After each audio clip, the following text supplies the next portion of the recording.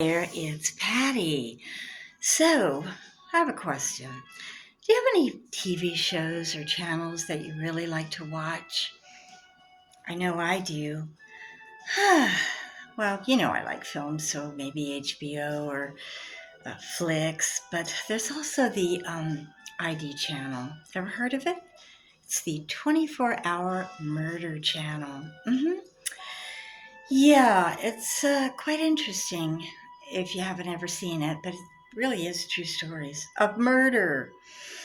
And you're probably saying right now, oh, there's something wrong with her. And there is, a few things, but let's not go there right now.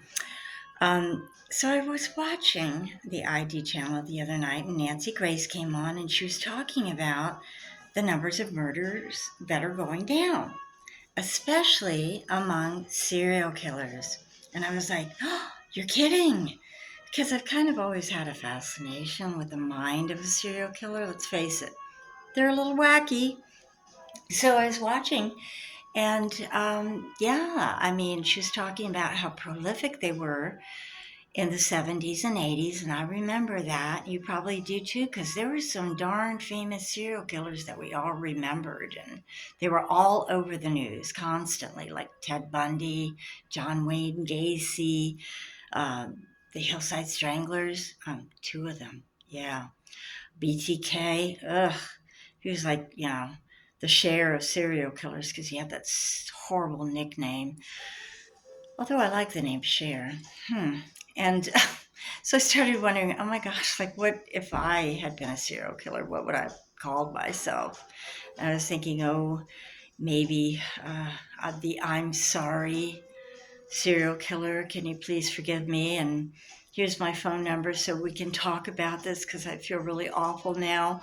But I can't leave you my phone number because you'll find me. Yeah, that would have been a long note. But anyway, I always thought, listen, if you do something really well, don't you stick with it? So what are serial killers doing now? What if they found better hobbies like paint and sip or roller derby disco? Or maybe they've joined meetup groups for, loners who just can't seem to fit in, but, would like to if they could, who still live at home in their parents' basements over the age of 40. So, yeah, it's weird. It really is. But, I guess it's good, right? Although I think spousal murders are up. No, wait a second. I think they're the same. They were always up. Did you hear about that My Pillow recall, or was it just a pillow recall? Because if you hold a pillow over your spouse's face for any length of time, it can result in either death or 10 to 20 years. So there's that. But I don't know. I think some of the shows on the ID channel, they're incredibly shocking and engrossing. One of my favorites is Betrayed. And it always starts off with the victim and showing either the woman or the man. And, they're showing you their beautiful, idyllic town.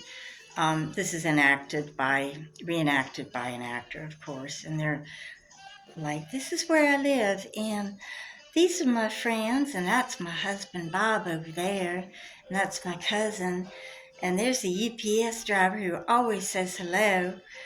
But in 24 hours, I'll be dead. What?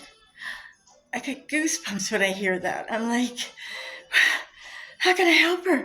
Yeah, we gotta stop this. Why didn't you make this before she was murdered so we could help her?